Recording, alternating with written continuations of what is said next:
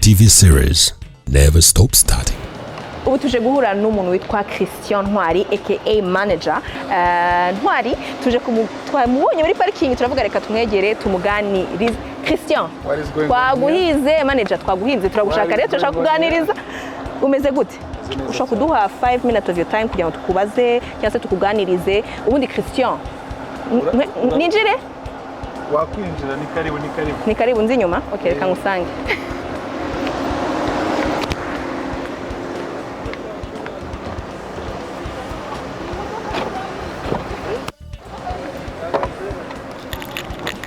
Christian Makuriya.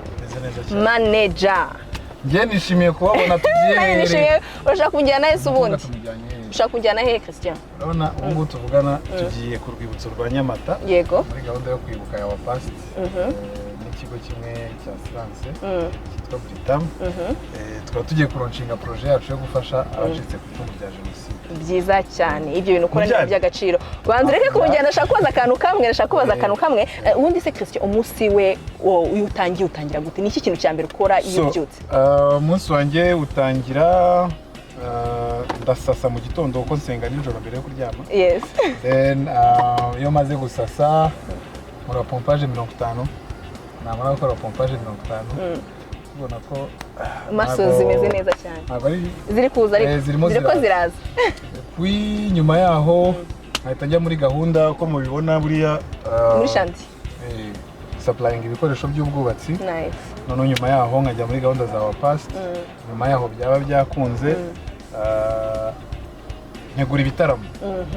Yes. Uwo ni umunsi wanjye ubundi. No munsi wawe. Christian, tukuziho byinshi, uri an inspiration ku rubyiruko, kandi turashaka kugutumira mu kiganiro cyacu Meeting Live Bold Series none kugira ngo uganirize. Wowe turagutumiye, ubutumire bwacu urabwemera cyangwa ntabwo ubwemera? No, nambuze yes.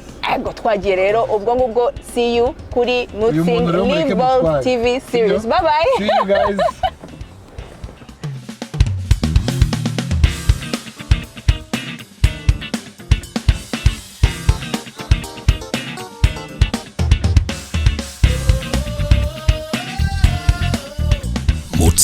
Live Bold TV series. Never stop starting. Thank you very much, Crystal. Well, nanye ndaza gukomeza kuganira nawe ambwira ibyo mwavuganye. And for you who just watched, this is the Meeting Live Bold TV series, and we have a saying here: never stop starting. Ritumira bamwe mu bantu tuzi bakoze ibikorwa by'indashyikirwa. They never stopped dreaming, they never stopped starting, and that's why we want to inspire you to have the same mindset. Uyu munsi ndi kumwe na Christian Intwari. I love your name. Thank you so much. Thank you so much. Nakare twaze tubivugana ati izina rye rifite aho rihuriye n'iryanjye. I don't think about rutura. Inkusi, Inkusi, Intwari, Inkotanyi, Kameme. Amazina bayihagaze. Ebana vraiment ndumva mburi ingofero nisa. Christian Intwari. I think ufite AKAs nyinshi cyane. Hari Intwari ya Gasana, and then hakaba manager, hari Inkotanyi cyane. Do you have any other one? 2023 ari ryo twongeraho? Oya ndashaka kuyahuza yo ngayo. Uzajye kuyandikisha. Nzajya kuyandikisha barigirira izina rimwe. Very good. Kubashaka ko wenda batakuzi, and before umbwira how this name came about Intwari and nayo mazina yose. Christian personally mumenya bwa mbere. I knew him muri events. I think wakoze ama events menshi. You worked a lot with Bruce Intore. He's an activist. He's a creativepreneur or a creative entrepreneur, but urumva bayabifatanyije kugira ngo ibanze saba ka degree kubyumva. And then he's also a philanthropist, n'abantu bakora ibikorwa nta zindi nyungu bagamije ari ukugira ngo iyi si tuyibemo turimo neza nk'abantu beza. But then I also know you are a dancer. Warabikoze ntago wabyiyakana. I passed by. It's a stamp on you. and that is why funny because I think it all started from there. It all started from everything there. You just mentioned. Byahereye to be a dancer. A dancer. Then I remember 2009. Yeah. I spent 1 year ngerageza numva ngiye kujya mbica bigacika nza gusanga 2009. Yeah, because nibwo that's when Ganza, the founder actually of 6 City Entertainment. Ganza ndamwibuka. he was leaving. Then he left us with the group. So mwari bangahe by then? Twari baki, like 5. 5. Yeah, like 5. Abantu bari passionate about.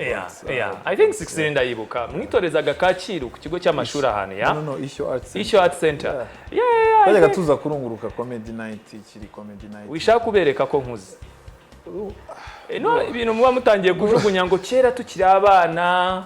Urumva amateka nicyo kibazo cy'amateka. Amateka ntago ushobora gusibanganya. And maybe let's just go behind a little bit. Hari ukuntu mashaka kumenya umuntu, nemera ko izina ry'umuntu riba rifite aho rihuriye n'itangiriro rye. Cyane cyane ko burya mu muco nyarwanda iyo umuntu bamwitaga izina wabaga ari umuhango ukomeye, bahamagaraga abana ntago nabivuga ariko hari utuntu baryaga. Uratuzi. Ata urakuze. Ntago ibyo nari ukubisoma gusa urakuze. How did your name come up? Izina ryawe, what's the story behind it? So it's so funny. Actually, there is a time I have a debate kuri iryo zina.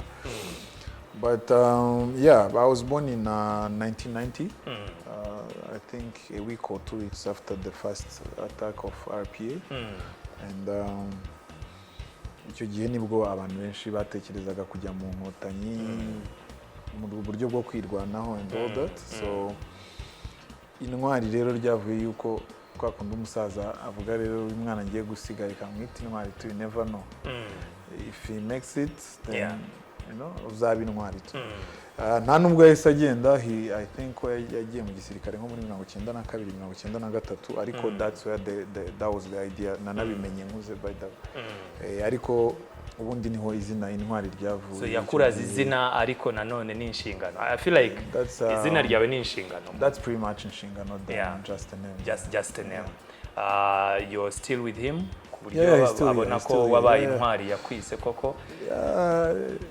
Nekereza ko none ubu ngubu ubwo biri hari utuntu maze iminsi mutamo ku buryo amaze kubona yuko ni Intwari y'iki gihe. Yambibwira abantu yuko hari izindi Intwari zikenewe, and I love ibintu komeza kubwira abajene urubyiruko yuko akenshi kuba Intwari natwe ntago twese ntago twafata imbunda, ariko dufite ubundi bushobozi n'ubundi buryo responsibilities. We have I think it's not about guns and tanks anymore. It's about being smart and protecting what have been achieved.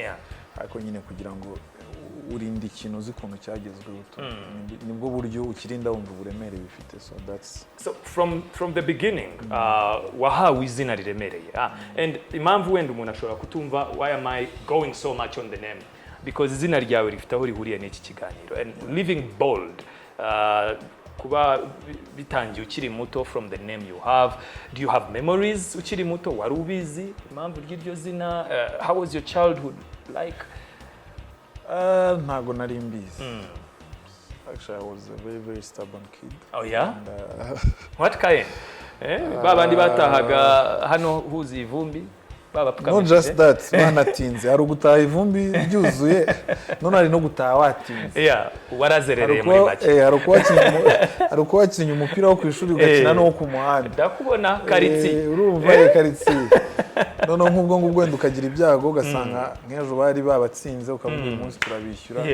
Kandi wenda ari bwo bagomba gutaha bakagutuma. Akaba ari bwo noneho bagufungira ahantu. Wagera mu rugo noneho hari inguni ubundi twicaragamo. Muze akajya agukubita icyo gihe yarakinywa ku gacupa. Akajya gukubita agasoma ku icupa akaryumva, akongera agakubita agasoma ku icupa akabyibagirwa. So ariko donc gukura nekereza ko nzi ubuzima bw'umwana ufite ibintu byose, nzi n'ubuzima bw'umwana udafite ibyo akenera byose, kubera yuko iyo urimo urakura rimwe na rimwe utanabigiramo uruhare nk'umwana, ukiga kubana n'abantu, ukiga gusangira bikeya. Hari igihe njya mvuga story imwe nibuka, wavuze ngo memories. Kera abantu babizi, ubwo ukuze uraza kubimenya. Abantu babizi, hari abantu bitaga impunzi za Nyacyonga. Nyacyonga habaga camp y'impunzi so turi abana rero bajyaga baza gusaba i Kigali. One day I remember we had like only 2 kgs of rice in the house. Basaba ibirayi, I remember. Yeah. Niba arageza ahantu fasha abantu I remember. So I remember we only had like 2 kgs of rice in the house, and I remember my mom taking like half of it and give it to one of those people. And I was like, this woman is crazy. You know, why would she do it? She's giving away the. I don't see that. But it influences who you become. As you grow up, you get to understand. Hari umuntu akubaza ibintu utekereza ko byavuye, being honest, that's where I get it from. Not in a direct way, it's an influence. Yeah, you get to understand why someone for sure do that. Impamvu nyamukuru twashatse kujya ahangaha nuko Intwari Christian cyangwa se tuzi nka manager ibikorwa azwiho ni ibikorwa byo gufasha abantu. Those are dreams. It's so bold for anyone to decide to put aside their needs, because I mean now ufite ibyo wakuze ushaka niki, and then you take this route. But ndashaka kuzamuka kugira ngo n'umuntu uri kutureba amenye ko atari ibintu byaje ejo bundi. Higeze kugerwaho movie imwe yitwaga God Saved. Genuine. Umuntu warebye God Saved akaba atarabyirinye. Ubwo arayivuga gusa ntabwo yigeze ayireba. Yayumvaga muri story.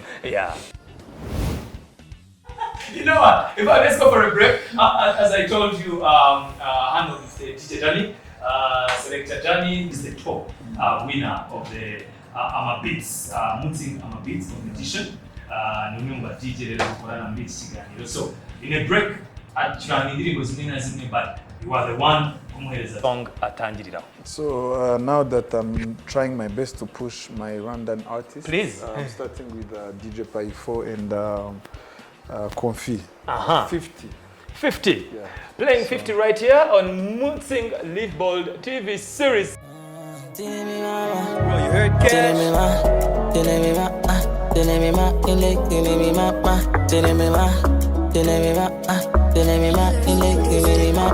Senyeri bano ko nabuze size n'ababashuba bora bari fly sinzi n'impamvu babigera ibanga ndabakubira amashonyo manda n'ababanga shori ni 50 ndashona afite vibe gusa huzo niba dikora atanga time gusa ku majiza afite volant no kurira gukunze nagakurikira mula say twitinya araguha gusa witinda sivuna I swear no tinda araduha Sivuna Mutzing beer. She make your body man conquer.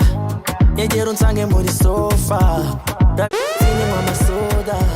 Hola, yene kota senyero mwana. Thank you very much, Selector Danny, 50, Konfi and DJ Phil. Urakoze cyane kuba udupresence yo ndirimbo. Personally I love it, but now ndashaka kujya muri za decisions wagiye ufata zakwinjije muri the different areas of life. How was school like? Secondary, did you do any business? Niko winjiye in events?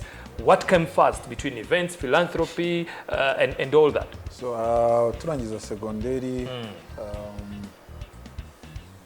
haramaze kuba introduced kuri PLP, which was one of the biggest peace and love proclaimers. Yes. Then there was also us as 6city trying to do small things, reaching out in small communities. Then turangije secondary rero nibwo we decided to do our first dance event muri 2011 summer. Yitwaga It's All About Dance. So It's All About Dance. I remember. It was a huge actually thing. To this day, that's the biggest event yahuzaga ama group menshi ya dance. And that's pretty much the last time twabonye group nyinshi za dance ziri hamwe. I think ubu zirahari ariko zibyinira abahanzi mu clip. I think that's the only market bafite. Yeah, there is no one show ivuga this is just dance. Then tubonira ariye twayikoreye kwishyura na iri asare yo kwishyura abantu yajyaga amano nka 250. Sold out kabisa. Nitwe bahanzi twakoze show ya mbere gahita sold out. 2011. Then turavuga ibi bintu birakunda. Dukora indi muri December n'ubundi 2011. Nayo sold out. Yo twanayikoreye nayo twayikoreye kwishyura. ahubwo nyuma yaho 2012 na 13 nibwo twagiye kuri Serena. But after the second event, that's when you said icyo gihe hari Jabba Junior yari irimo iraza nayo muri event bateguraga ikintu cyitwaga Rwanda Dance Festival. Yeah. Yitwaga RDF. That's the funny thing. But that's Rwanda Dance Festival. So ntago rero wajyaga ubivuga mu ncamake kubera yuko wabaga uvuze ibindi. Then from there turavuga any group muri groupe dufite mu gihugu can do a dance event, festival, whatever, but can we make an impact with that? That's where the main idea came That's from. the beginning. But that also came after discussions on some sensitive topic. Kwibuka ababyeyi, how are we involved? Ugasanga muri groupe y'abantu twari tumaze icyo gihe kugera nko muri 12 ba Maruni icyo gihe bari bahari ba Dijeru. Ugasanga abantu bari interese kuganira such topic ni nka babiri cyangwa batatu bonyine. Entertainment yasaga nkaho igeze muri icyo gihe iharira bavuga hard topics. Yeah, you know, hard talk. So urumva ntago wasn't ibintu byabo. Kandi which I understand because most of the icyo gihe I was 20 and I was the oldest, so you can imagine the rest of the group. So kuvuga ngo genocide yakorewe abatutsi, that was some sensitive topics, and turavuga so let's come up with ideas z'ibintu twakora, which was there is having the idea yo gutangira, And there is doing then there is doing it.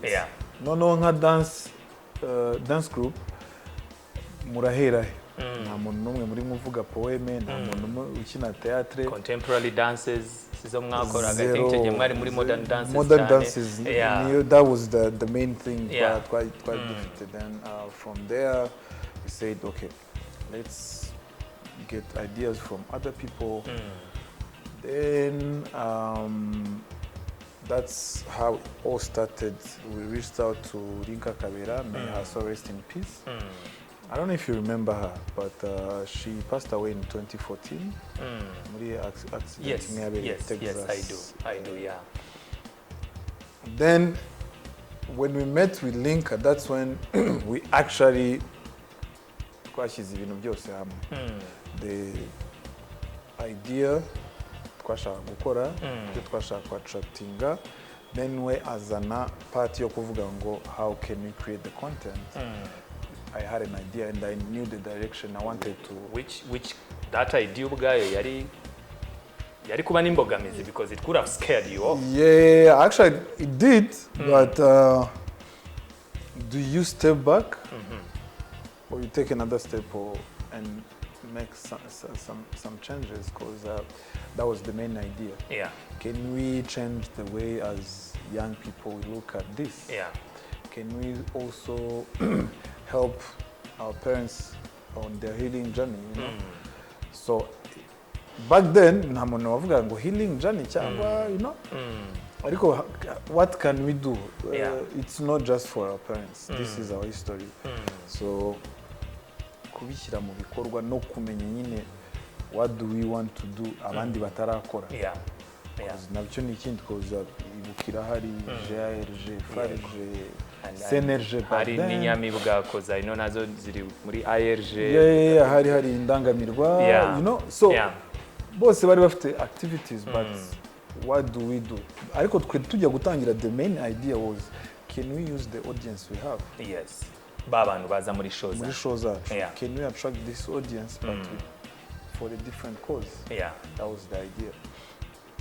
And we did. We decided to go with 3 objectives. One, educate ourselves and other young people. The target was the people that were young during the genocide or was born after the genocide.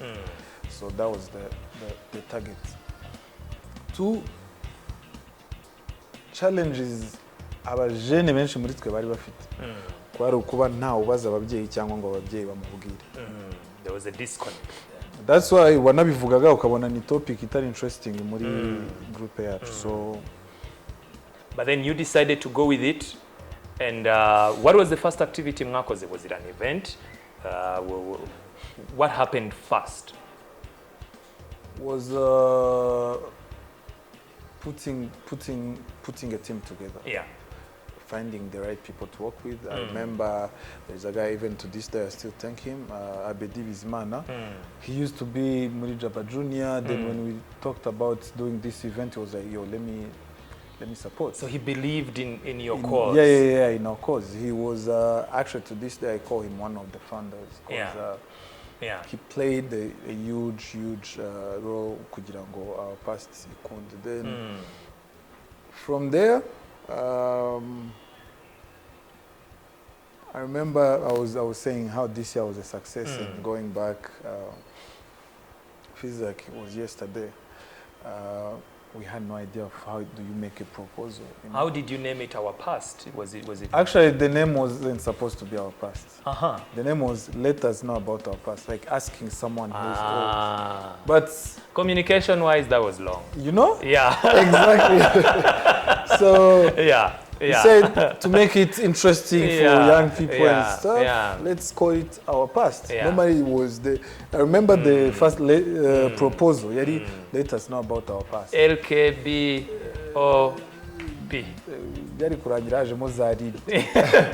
No, I understand. So bigenda bihinduka along the way. Yeah, along the way. So, and the very first event, we didn't know where to knock and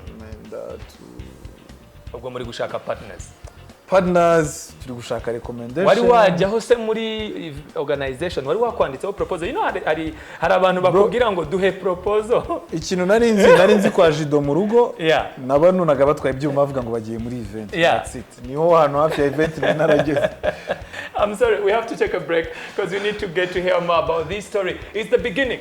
Impamvu turi gushaka ko umenya insights z'ukuntu Christian yageze ahari nuko yatangiye ari umujene nkawe.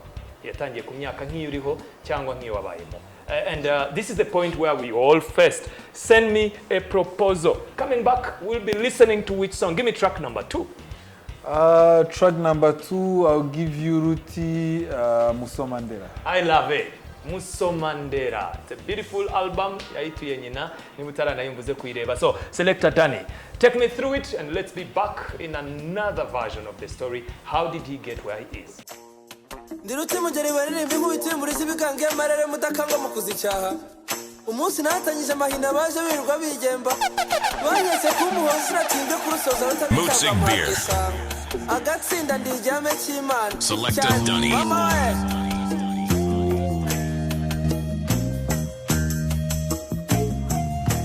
Nerure ndirimbe Musomandera.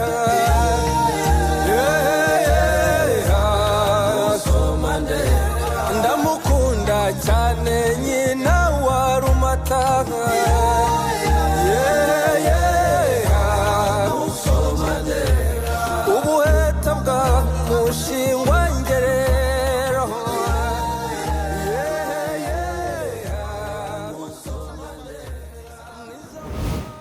Beautiful song from Ruti Joel. I love the album personally. And the story. Buriya kubona umuntu ku mbuga nkoranyambaga bitandukanye no kumenya icyishe inyuma ku myanzuro yagiye afata. But I want to know the back end because niho hafatirwa iyo myanzuro. Ko hari igihe umuntu avuga ngo be inspired wabaye nka Ntwari. Intwari we ntabikora ariko ntaguzi kandi uwo mubona ya postinze ibintu yakoze byarangiye kuri social media. Exactly, kavuga ngo aburi Intwari we azi kubikora ariko yabimenya ate. Take me through the process. This is your first big event at a national level, by the way. Kuko icyo yari igamije kwari ukwibuka jenoside yakorewe abatutsi muri 1994. Hari imiryango iri buze ababyeyi bawe, ntago bikiri, it's not a wow event. Ntago ikiri ya event yo gutwika, it's more of impact. Now you've changed strategy. Ibyo bintu wari ubizi, warabyize. Did anyone, what was the process? Nigute wijugunya mu bintu utazi? So one, twagize amahirwe yo kuba twari tumaze imyaka nk'ibiri hafi 3 kuri Ishyo Art Center. We've seen comedy night, we've seen amateatre yategurirwaga ku Ishyo. Twari twaratendinze different events and twari twaragiye muri Walk to Remember. You know, we had ideas z'ukuntu dushobora gushyira. You exposed yourself and let me just remind someone here. Iki kintu hari n'abandi twabiganiriyeho, exposing yourself to the right places, kuko nabyo biri mu bintu bifasha ko ufashe decision yo gukora ikintu but you don't have any inspiration for it.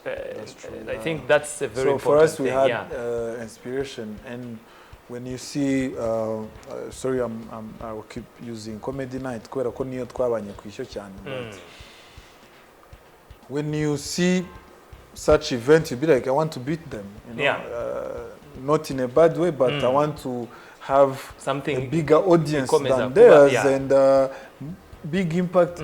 You have so many things going on in your mind. Then, the event, we reached out to different parents, turababwira the idea. Some of them, they were like, yo, this is great. We want to support as much as we can. We invited people kuri telefone, yo wabwira mama wese akazatubira mu guest of honor, you know. And imagine it's a commemoration event, you asking the vice president wa Sena kuza kubera mu guest of honor through her son, and just on the phone be like, ariko na network rega, you used the network you had then. That's what I was going to, that's where I was going to get, because if you look at the guest of honor, if you look at the parents, if you look at the Munotan's Chiganiro, I think Omuri Senerge, these are the people we got from the network we had. And network mwari mufite nurungana?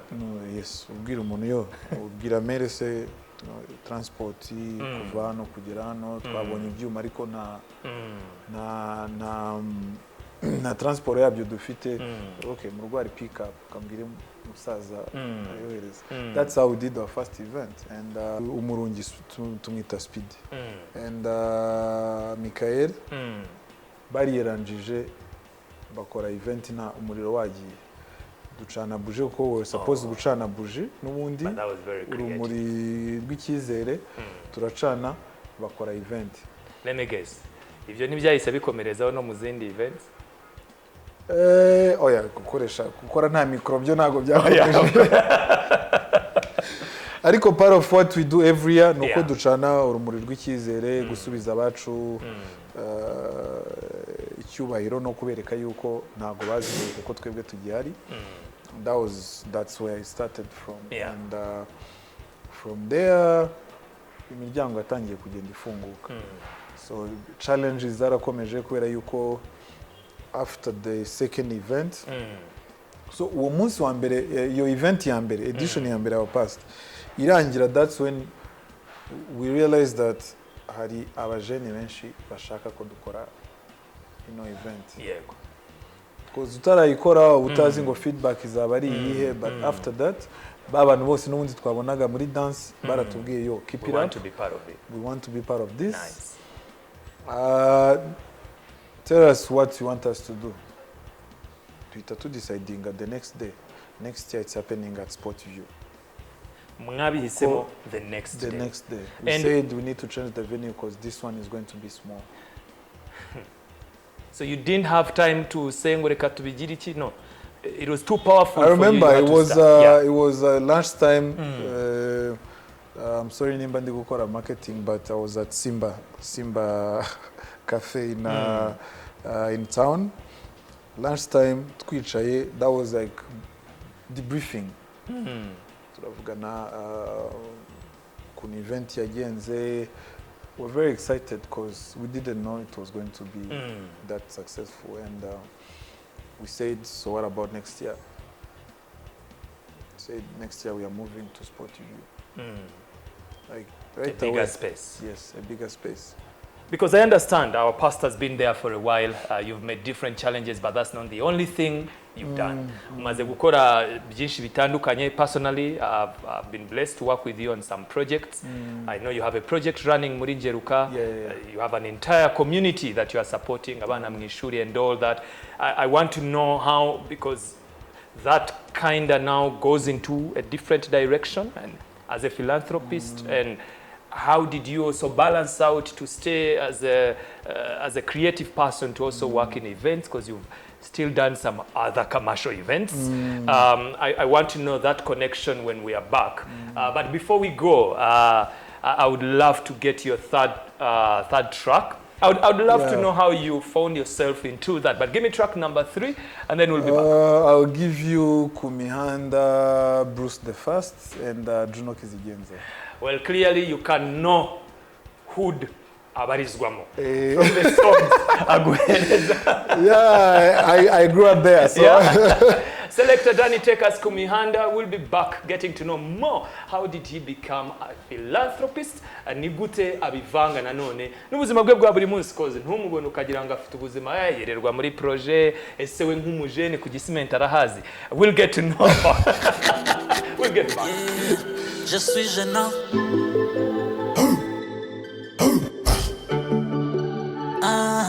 Retweets muzi. Selector Dunny. N'amasahari mato phone irasona bimwe biri double. When the phone calls abafera they get paid barashaka tubyine. Mutzig Beer. Amagara iravaho mama na wankubitira. Gira fast ageri muhira na koza so ziriho zisatira. Dore rasta kumihanda. Nakwamahora shaka icyajya. Wabazima n'ibitsibanga. Uzabaze ntakimukanga. Dore rasta kumihanda. Nakwamahora shaka icyarya. Wabazima n'ibitsibanga. Uzabaze ntakimukanga. Well, turi kumihanda. Thank you very much for that. Yega ko umuntu uri kureba ino show ari kugenda yunguka n'indirimbo yakumva. Now, we are in this show, and this is Live Bold TV series. Nkuko nabikubwiye, we are focusing on the why. How do you decide? How do you take bold decisions? Why can't you stop? When do you stop? Should you stop? Those are the questions mafite iyo ndi kuganira n'umuntu. Niyo mpamvu ubona I'm dwelling so much on the reasoning, on the rationale behind your thinking, kurusha ibikorwa nyamukuru mu by'ukuri wakoze, kuko byo ni byinshi. You've been in production, you've worked with Positive Production. That's some of the one of the, you know, the many. One of the many. You've been an agent. Nzabahanzi benshi cyane babukinga baciye muri wowe.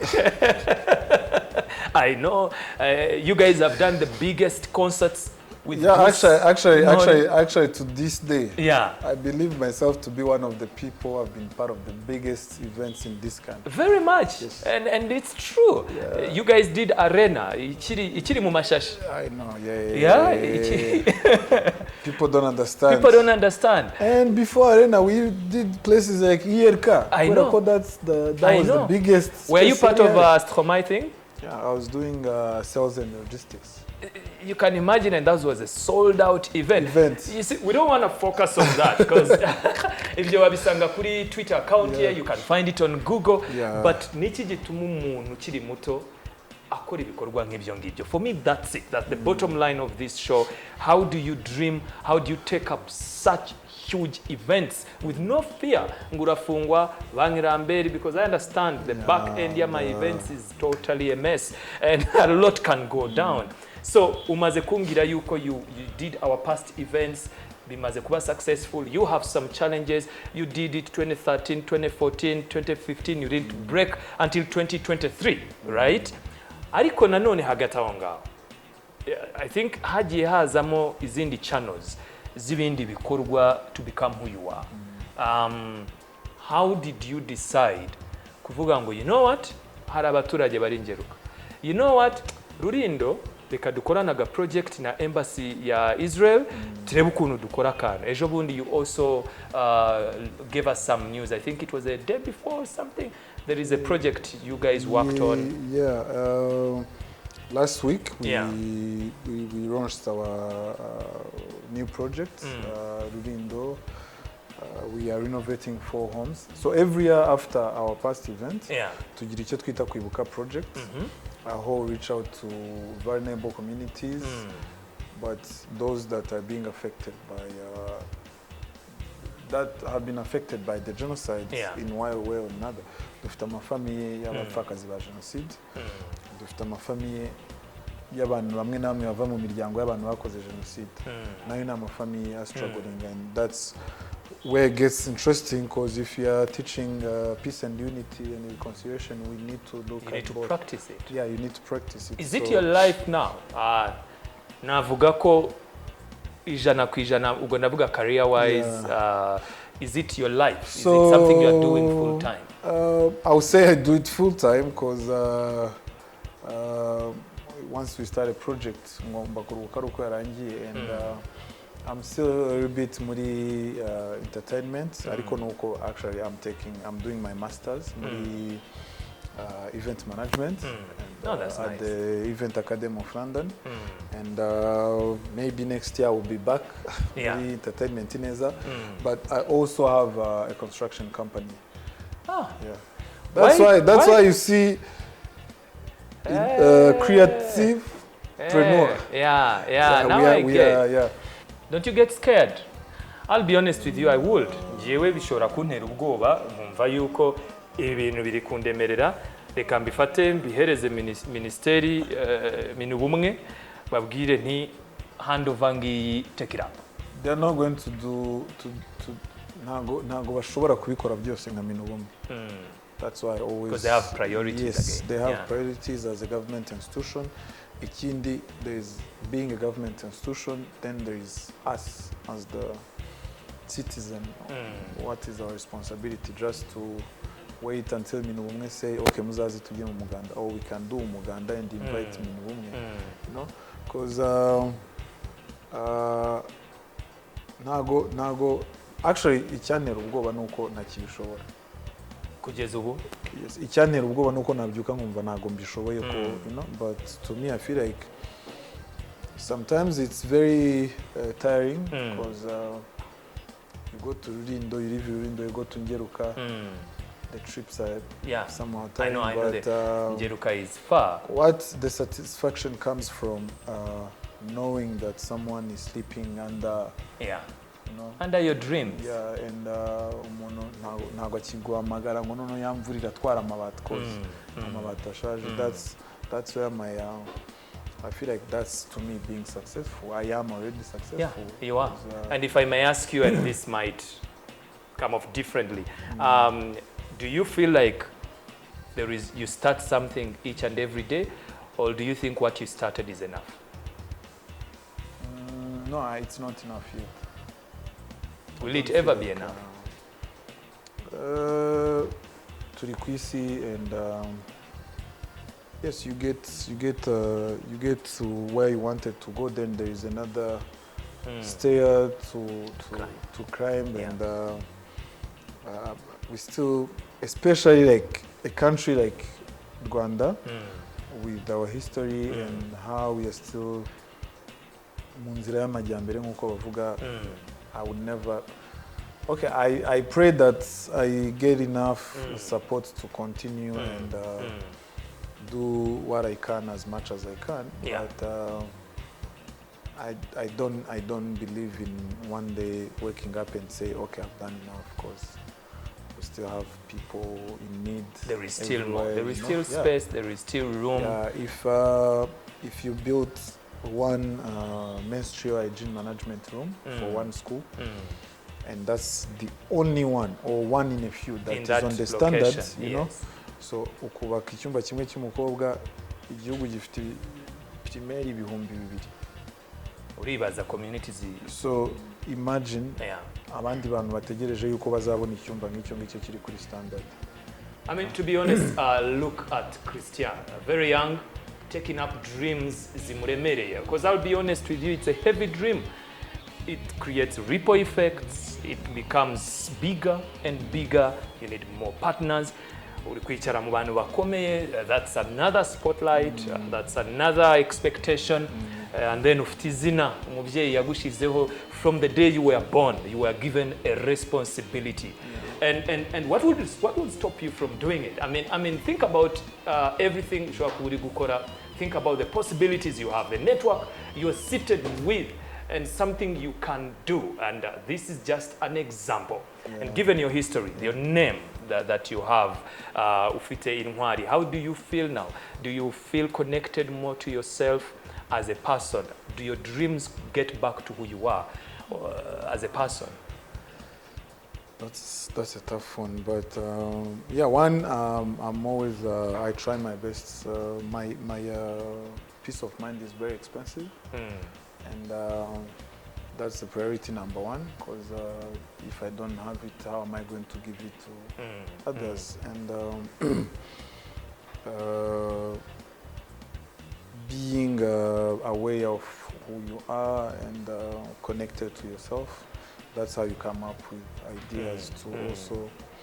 So sometimes it's hard because you find yourself in the middle of other engagements. And it's so hard. But I feel like the more I keep pushing and doing this, I feel like I've seen God doing His thing, and there is a way, one way or another, I get paid. One way or another. Yeah, because as I said, if deals are coming and there are another 1,000 people that can do the same as you, and be the one getting that, I believe, that's why I believe in God. And you get to interact. Buriya n'abantu bake babasha kubana na success.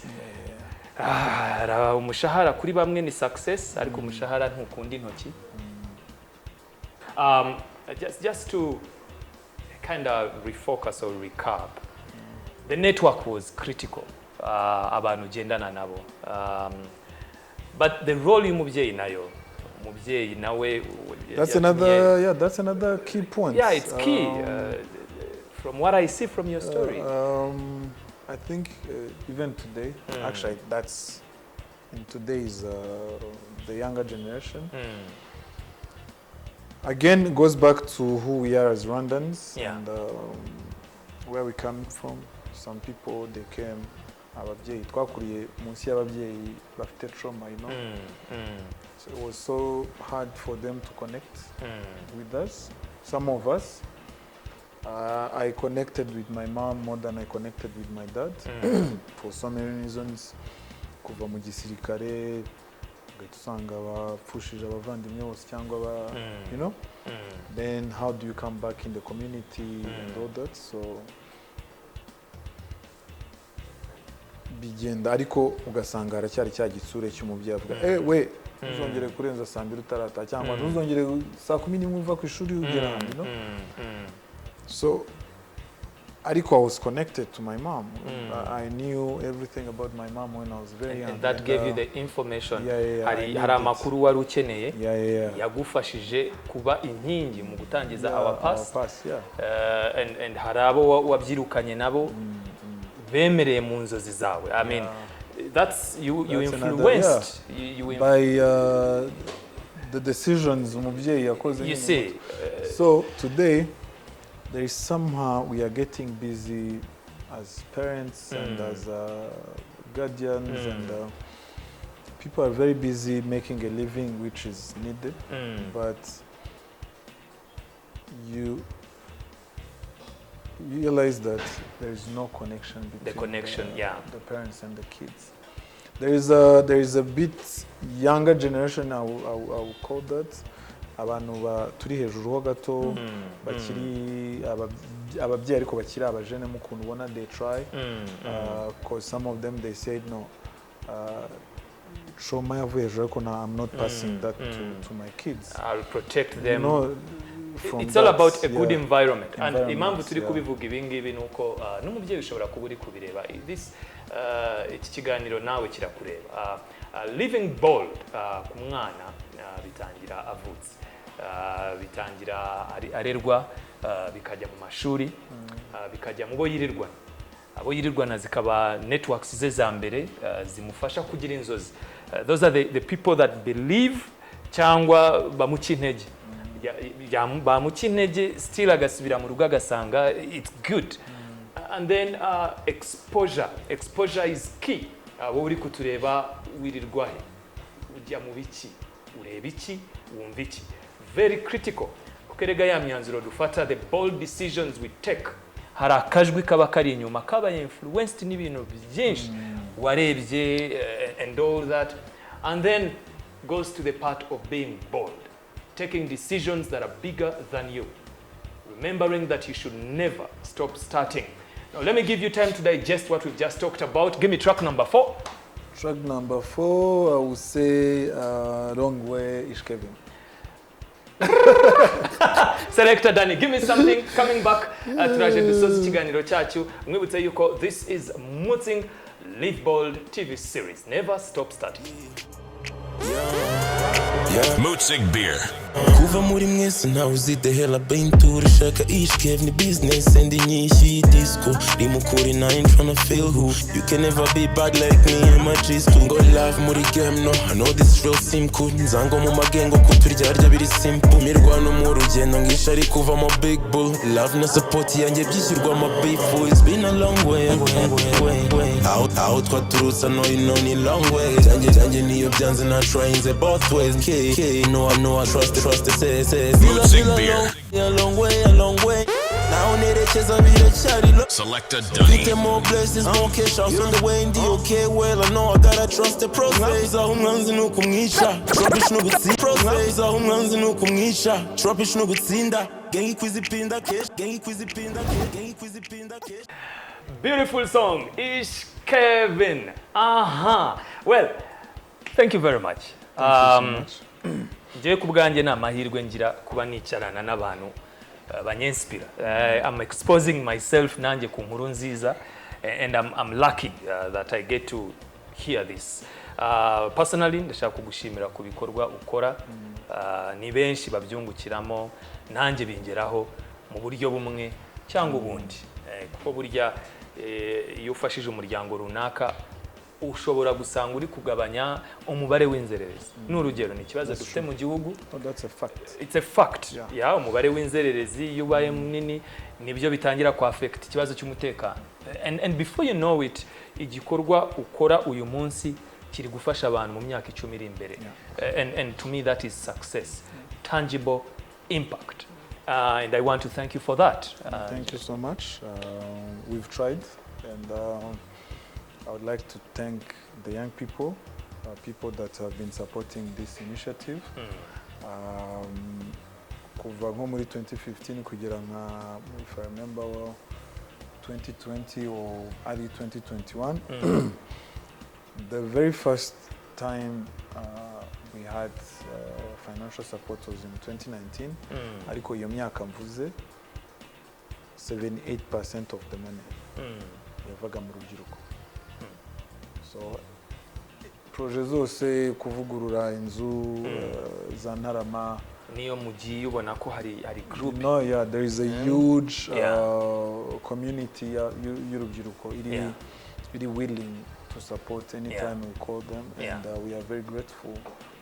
And this is one of the reasons why we started our past, was inspiring the young people, because abakuze, sometimes you can inspire them, but also there is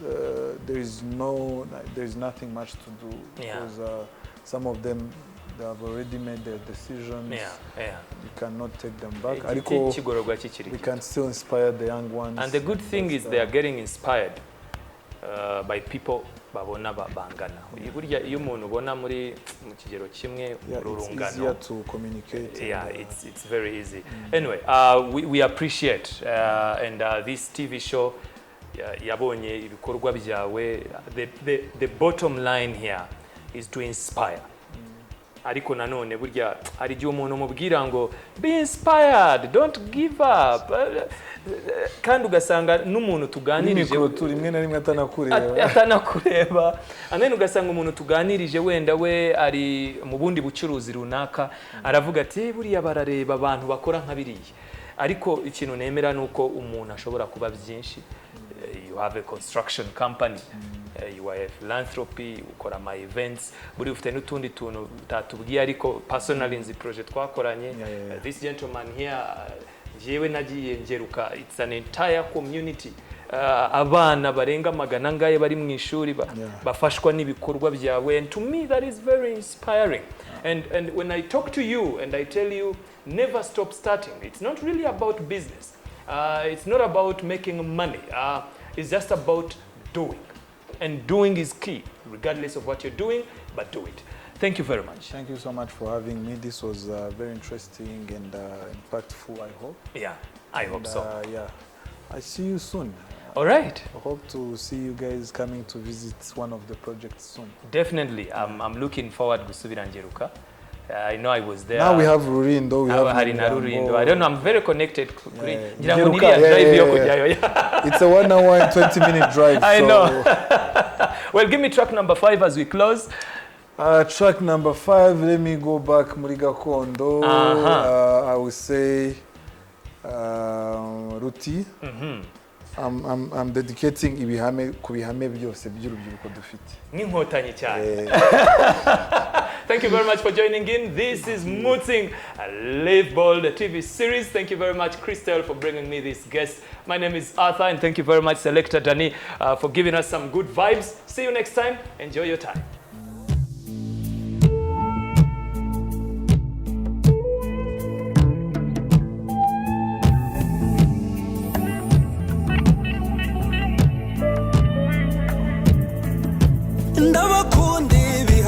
Iyo dutabaye mama we, ndabakunda cyane muri muhungamba mama we.